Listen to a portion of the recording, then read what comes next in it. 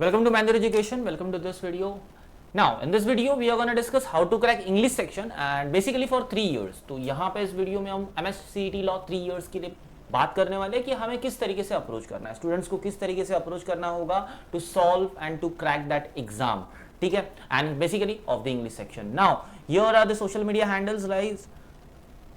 Now you can follow us on our Instagram, Facebook, and also you can join Telegram and a WhatsApp, so you can get important updates about the exam. And don't forget to subscribe the channel Law Entrance, Manual Law Entrance, because you will get their updated videos and important videos over there. And hit that bell icon because you will get notification about the latest videos. Now paper pattern guys, paper pattern यहाँ पर जो है English में आपको 50 questions आते हैं 1 mark के लिए, each question having 1 mark and total 50 marks. And otherwise 30 for legal aptitude, 40 for general knowledge and logic and analytical 30 questions होते हैं. तो यहाँ पे ईच क्वेश्चन हैविंग 1 मार्क्स, तो टोटल ऑफ 150 मार्क्स का आपका पेपर होता है. और उसमें 50 मार्क्स का वेटेज जो है गाइज सिर्फ इंग्लिश को है, राइट. तो यहाँ पर अगर आप मैन्युअल के स्टूडेंट हो तो आपका जो टारगेट है ना वो 40 का होना चाहिए गाइस. 40 का आपका टारगेट होना चाहिए, 40 मार्क्स का टारगेट होना चाहिए. अदरवाइज जितने भी लोग प्रिपरेशन कर रहे हैं गाइस, आपका टारगेट जो है वो 40 मार्क्स का होना चाहिए. सिंपल. नेक्स्ट, नाउ यहाँ पे इंग्लिश के जितने भी क्वेश्चंस या जितने भी टाइप ऑफ क्वेश्चंस आते हैं वो सारे प्रोबेबल टाइप्स ऑफ क्वेश्चन यहाँ पे दिए हुए हैं. लाइक एनालॉजी हो, सिनोनिम्स, एंटोनिम्स वोकैब में होता है, ग्रामर में error detection, sentence improvement, part of speech and then comprehension, parajumble and idiom and phrases. So now यहाँ पर हम लोग डिस्कस करेंगे इंपॉर्टेंट पार्ट कि हमें किस तरीके से प्रिपरेशन करना है, हमें किस तरीके से एग्जाम के लिए अप्रोच करना है. देखो यहाँ पर ग्रामर रूल्स होते हैं, ग्रामर रूल्स की एप्लीकेशन, ग्रामर रूल्स कैसे पढ़ने हैं, उनको कैसे सीखना है, कैसे प्रैक्टिस करनी है, everything is at the manual. So join us and start your preparation with us so you can learn this. ठीक है, तो ग्रामर रूल्स को पढ़ना होगा गाइज यहाँ पर, और ग्रामर रूल्स को पढ़ोगे, उनके एप्लीकेशन को सीखोगे, तभी क्वेश्चन सॉल्व होंगे, बहुत ईजिली सॉल्व होंगे. ठीक है, प्रैक्टिस करो गाइस, प्रैक्टिस करनी होगी, मॉक टेस्ट को यूज करना होगा, different type of practical term, practical things आपको लगानी होगी, प्रैक्टिस मेथड यूज करने होंगे. Then Word power made Easy vocab के लिए supreme material you can say vocab के लिए. ठीक है, तो अगर वर्ड पावर मेड इजी भी पढ़नी है गाइस तो मैनुअल के स्टूडेंट हो तो पता ही होगा, डैशबोर्ड पे 47 सेशंस है, देख लो जाके, प्रिपेयर कर लो, सिंपल है. और जिनको भी यहाँ पर वर्ड पावर मेड इजी समझ में नहीं आ रही है, ऑन सेल्फ नहीं समझ में आ रहा है, सिंपली जॉइन अस, डैशबोर्ड पे वीडियोस मिल जाएंगे, एक्सेस ले लो and word power made easy पढ़ लो, वो कैप को क्रैक करो. Now focus on reading, right, focus on reading करनी है बिकॉज लैंग्वेज है गाइस. लैंग्वेज के लिए रीडिंग के ऑप्शन में कुछ नहीं होता. लैंग्वेज है, इंग्लिश है, तो आपको रीडिंग तो करनी होगी. रीडिंग के बेस पे ही कॉम्पिटिटिव एग्जाम क्रैक होती है. नेक्स्ट, और यहाँ पर गाइस इंपॉर्टेंट थिंग ये है ना कि जनरली जो भी सीईटी के लिए एग्जाम देते हो तो स्टूडेंट्स का प्रॉब्लम ये होता है कि यहाँ पे 60 to 70% ऑफ द स्टूडेंट्स जो है उनको इंग्लिश सेक्शन में बेसिकली बहुत कम मार्क्स मिलते हैं, मतलब इंग्लिश सेक्शन में ही वीक होते हैं.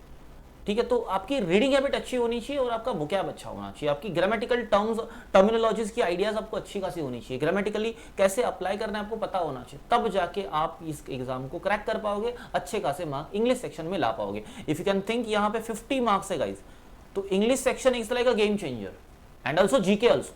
तो ये दोनों गेम चेंजर है. अगर इसमें आपने अच्छा खासा मार्क कवर कर लिया ना, सो एग्जाम तो क्रैक हो गई, आपका एडमिशन हो गया, आपको जहां चाहिए वहां आपका एडमिशन हो गया. नेक्स्ट, यहां पर इंपॉर्टेंट पॉइंट्स है कुछ. प्रैक्टिस ऑलवेज, या गाइस प्रैक्टिस बहुत इंपॉर्टेंट है, सिर्फ रिवीजन करना it's not enough. Next, solving questions, क्या मेथड है वो मेथड सीखने होंगे, मेथड सीखोगे तभी तो क्वेश्चन सॉल्व होंगे ना.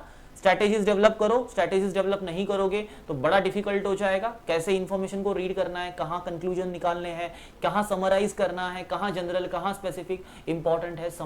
समझोगे तो वो क्रैक कर पाओगे. नेक्स्ट, रिव्यू करो, रिवीजन करो. देखो अपनी मिस्टेक जो आप कर रहे हो उनको रिव्यू करो, उनको समझो कि आपने मिस्टेक्स क्यों की, कहाँ मिस्टेक्स की, क्या इंप्रूवमेंट करनी है और उसमें इंप्रूव करो. नेक्स्ट, आपकी मिस्टेक जो प्रीवियसली हुई थी ना, नेक्स्ट टाइम नहीं होनी चाहिए, तो learn from your mistakes, analyse your mistakes and learn from them. एक बार सीख जाओगे, दूसरी जगह वही मिस्टेक रिपीट नहीं होनी चाहिए. सिंपल.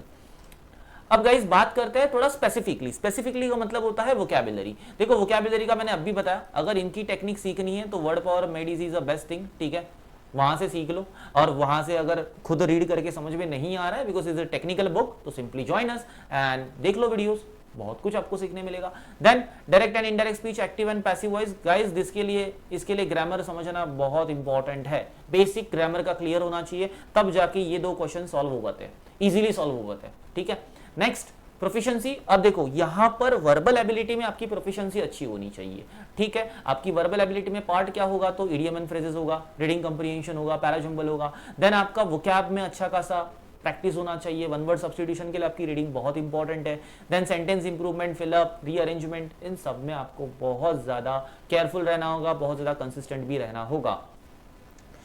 अब यहाँ पे एरर्स की बात करूं तो पूरा का पूरा जो गेम है वो ग्रामर पे है बेस्ड, ठीक है। अगर ग्रामर पता है, रूल्स पता है, उनको अप्लाई करना आता है, टेक्निक्स आती है, एलिमिनेशन आता है, तो इनको सॉल्व करना मतलब आपके लिए बहुत इजी हो जाएगा। टेंसेस के चार्ट्स होते हैं, टेंस का ही चार्ट सब कुछ सिखा देगा, उसको प्रैक्टिस करना होगा। नहीं समझ में आता है, सिंपली जॉइन अस, लाइव लेक्चर्स देखो, लाइव लेक्चर्स में आपको सारी डिटेल, सारी टेक्निक सिखाई जाती है। Next comprehension, reading, nothing else. Reading नहीं करोगे तो कंप्रीहेंड कैसे करोगे? कंप्रीहेंड करने के लिए रीड ही तो करना पड़ता है, तब जाके कंप्रीहेंशन होता है। तो स्किल सीखनी है तो रीडिंग तो करनी पड़ेगी। Now coming to the most expected question part, यहां पर मोस्ट एक्सपेक्टेड क्वेश्चन पार्ट का मतलब ये होता है कि आपको टाइप ऑफ द क्वेश्चंस को देखना है कि type of the question, moderate level, difficulty level, easy level, किस टाइप के क्वेश्चंस आपको ज्यादा करके प्रोबेबली मिल रहे हैं, तो उसके ऊपर आपको प्रैक्टिस करनी है। ऐसा नहीं है कंस्ट्रक्टिवली यही क्वेश्चंस आपको मिलेंगे, ये नहीं समझना है। आपको ये समझना है कि यहां पर इस टाइप के क्वेश्चंस आपको मिल सकते हैं, प्रोबेबिलिटी ना। यहाँ पर फिलअप पूछा जाता है, फिलअप लाइक यहाँ पे 2 फिलर 3 फिलर्स ज्यादा करके मिलते हैं, 1 फिलर भी कभी कभी मिल जाता है, तो ये रैंडम होता है उनका, तो बट रैंडम होता है, बट देन ये लोग वोकैब एंड ग्रामर की कॉम्बिनेशन को यूज करते हैं to ask you the fill up. यहाँ पे देखो इस क्वेश्चन को कैसे पूछा गया है, all the dash functions including selection of a bank chairperson continue to be dash by ministry of finance. अब यहाँ पर आप एक तो सेकंड फाइंड आउट कर लो या एक तो फर्स्ट फाइंड आउट कर लो, दोनों में से कोई एक फाइंड आउट कर लो तो भी आपको आंसर मिल जाएगा। If you can see here यहाँ पे द बोला हुआ है, अगर द के आगे मैं कोई भी एडजेक्टिव लगा दूं तो वो अब्स्ट्रैक्ट बन जाएगा। मुझे यहाँ पे अब्स्ट्रैक्ट नहीं चाहिए, मुझे यहाँ पे एक तो जनरल मतलब कॉमन नाउन चाहिए होगा या प्रॉपर नाउन चाहिए होगा। अगर मैं प्रॉपर नाउन को फाइंड आउट करने की कोशिश करता हूं, मुझे ऑप्शंस में कहीं पे भी प्रॉपर नाउन नहीं मिलेगा। सिंपल एक देख रहा हूं तो एक कॉमन नाउन यहां पे दिख रहा है, जो गवर्नेंस जो बोल सकते हो एक कॉमन नाउन बन सकता है, एक अब्स्ट्रैक्ट नाउन पहले से बना हुआ है जिसको कि द लगा दोगे तो प्रॉपर बन जाएगा। यहां पे बाकी के देखोगे तो ये सारे एडजेक्टिवल टाइप है, तो ये सब निकल जाएंगे। गुड बोलो, मंडेन बोलो, एक्सप्लोरेटरी बोलो, ये एक टाइप ऑफ है, वो एक एडजेक्टिवल नाउन बोल सकते हो, but then it is not complete common या अब्स्ट्रैक्ट नाउन। तो प्रॉपर मुझे बनाना होगा तो गवर्नेंस यूज करना होगा। गाइस मैं प्रॉपर क्यों बोल रहा हूं? बिकॉज आर्टिकल द डेफिनाइट होता है, जिसको प्लेस कर दो तो प्रॉपर नाउन बन जाए। तो सिंपल यहां पे आंसर क्या बन जाएगा? गवर्नेंस। अब आगे का ऑप्शन देखने की जरूरत ही नहीं, कंट्रोल तो वैसे भी वहां पे आ ही जाएगा, राइट। नेक्स्ट देखो यहां पे क्या बोला है, थ्रू थिक एंड थिन। अब गाइज यहाँ पे इडियम एंड फ्रेजेस है, don't ask me to tell you the techniques, या किसी भी आपको कहीं पे भी इसकी टेक्निक्स नहीं मिलेगी। You have to read, you have to practise. Important idiom and phrases जानने हैं गाइज, मैन्योर की बुक्स को रेफर करो, मैन्योर के बच्चे लोगों को पता ही होगा, सारी बुक्स में दी हुई है इडियम्स एंड फ्रेजेस, उनको रीड कर लो, बहुत इंपॉर्टेंट है, बहुत अच्छा कंपाइलेशन है, सारी एग्जाम्स में आती है, एक्सपेक्टेड क्वेश्चंस वहां पे मिल जाएंगे बहुत ज्यादा, तो वो रीड कर लो, ठीक है। अब यहाँ पे थ्रू थिक एंड थिन बोला हुआ है, थ्रू थिक एंड थिन का मतलब क्या होता है? देखो यहां पर टॉक नॉनसेंस होगा नहीं, ठीक है, टॉक नॉनसेंस का सेंस यहां बनता नहीं है। नॉइज एंड फ्यूज नहीं, यहां पर नॉइजली नहीं होगा, बिकॉज ये दोनों भी सेंस सेम है, तो दोनों वैसे भी एलिमिनेट हो जाते हैं, क्योंकि सेम सेंस के आंसर हो नहीं सकते। और बचा क्या? Under all circumstances, this would be your correct answer. Next देखोगे तो यहां पे क्या बोला है, act of a murder of a human being, idiom and phrases, one word substitution, no techniques available, simply reading and revision is the best technique. Now यहां पे answer क्या होगा गाइज? यहां पे आपको वोकैब थोड़ा सा आइडिया होनी चाहिए, अदरवाइज आप ऐसे भी आंसर कर सकते हो। Simply it is a homicide, ठीक है। होमी का मतलब होता है ह्यूमन बीइंग्स एंड साइड का मतलब होता है किसी को मार देना, तो simply homicide would be your correct answer. Next यहां पे देखोगे, यहां पे आपको पैराजम्बल पूछा गया। पैराजम्बल जो पूछा है ना गाइस, पैराजम्बल में आपको रीअरेंजमेंट करनी होती है। अगर आप रीअरेंज करना चाहते हो सेंटेंस को, जैसे ही रीअरेंजमेंट की बात होती है, आपको सेंटेंस का सेंस समझ में आना चाहिए। सेंटेंस क्या सेंस में लिखा हुआ है, सेंटेंस में फर्स्ट सेंटेंस क्या होगा, लास्ट क्या होगा, ये इंपॉर्टेंट हो जाता है। और जब इसकी बात हो तो आपको ध्यान रखना होगा कि आप क्वेश्चन को कैसे सॉल्व कर रहे हो। देखो गाइस, यहाँ पे इंफॉर्मेशन पढ़ोगे तो otherwise the Congress would not have opposed PSU disinvestment today. यहाँ पे कहीं ना कहीं डिसइन्वेस्टमेंट की बात हो रही है, पीएसयू की बात हो रही है, कांग्रेस की बात हो रही है। PSU is a short form है, तो यहाँ पे public sector unit full form है क्या, वो चेक कर लो। मतलब बहुत सारी ट्रिक्स है, मैं ट्रिक्स को एक जनरल फॉर्म में आपको आइडिया दे रहा हूं। जो अब यहाँ पे आंसर क्या बनेगा गाइस, देखो यहाँ पे आंसर कैसे बनेगा। आंसर को देखने के लिए आपको समझना पड़ेगा कि यहाँ पे जनरल सेंस क्या है। देखो यहाँ पर it is clear that there is a not consensus on economic reform. Economic reform, अगर पूरा इंफॉर्मेशन रीड करोगे, जैसे ही आप यहां पर आके रीड करोगे ना, आपको पता चलेगा कि ये इकोनॉमिक रिफॉर्म जो बात की जा रही है, इकोनॉमिक जो टर्म है ना, वो जनरल है। मतलब ये सेंटेंस ही एक तरीके से इंट्रोडक्टरी सेंटेंस है, राइट। अगर ये इंट्रोडक्टरी सेंटेंस है तो आपका आंसर क्या होना चाहिए, यही होना चाहिए, क्योंकि यहां से आपका आंसर स्टार्ट हो जाएगा। तो बी कहां लिखा हुआ है, बी तो दो ऑप्शंस में है गाइस, यहां पर देखोगे तो ए में भी है और डी में भी है, तो बी एंड सी को एलिमिनेट करो, A and D is there. अब ए एंड डी को आपको आंसर करना है, ए एंड डी को आंसर करने के लिए आपको क्या करना होगा, एक तो लास्ट देख लो या एक तो सेकंड देख लो, सेकंड को कनेक्ट करना होगा या लास्ट को कनेक्ट करना होगा, इजी है। डी को देख लो या ए को देख लो या डी को देख लो। ए में देखोगे तो पता चलेगा otherwise the Congress would not have opposed PSU disinvestment, नहीं समझ में आ रहा है। Then last sentence D, all this. अब ऑल दिस वुड स्टॉप बोलने का मतलब क्या है कि इसके पहले इसने बहुत कुछ एक्सप्लेन किया हुआ है जो स्टॉप होना चाहिए, इसका मतलब यही कंक्लूसिव सेंटेंस है। Option A is your correct answer, D gets eliminated, simple idea, ठीक है। अब ये सारी टेक्निक्स आपको सीखनी है तो पता है आपको क्या करना है। Now choose. अब यहां पे देखो, यहां पे क्वेश्चन क्या है, the correct noun from of the given verb. Guys ये मतलब क्या बोलूं, यहां पे एकदम से 5th स्टैंडर्ड वाला क्वेश्चन है, ये 5th स्टैंडर्ड वाला क्वेश्चन है, ठीक है। ये भी बच्चों को सॉल्व नहीं होता, ठीक है, ये भी सॉल्व नहीं होगा, ये ग्रामर के क्वेश्चन है गाइस, एकदम बेसिक ग्रामर पूछा गया है कि चूज का आंसर क्या होना चाहिए, चूज का नाउन फॉर्म क्या होना चाहिए। चूज एक वर्ब फॉर्म है, ये भी नहीं समझ में आता कि वर्ब फॉर्म और नाउन फॉर्म को फाइंड आउट कैसे करना है, सीखना है तो आ जाओ माइन्योर में। देखो option A would be your correct answer. Next, antonym synonym. Antonym synonym का मतलब क्या, सिमिलर मीनिंग होना चाहिए। एंटोनिम का मतलब क्या, अपोजिट मीनिंग होना चाहिए, राइट।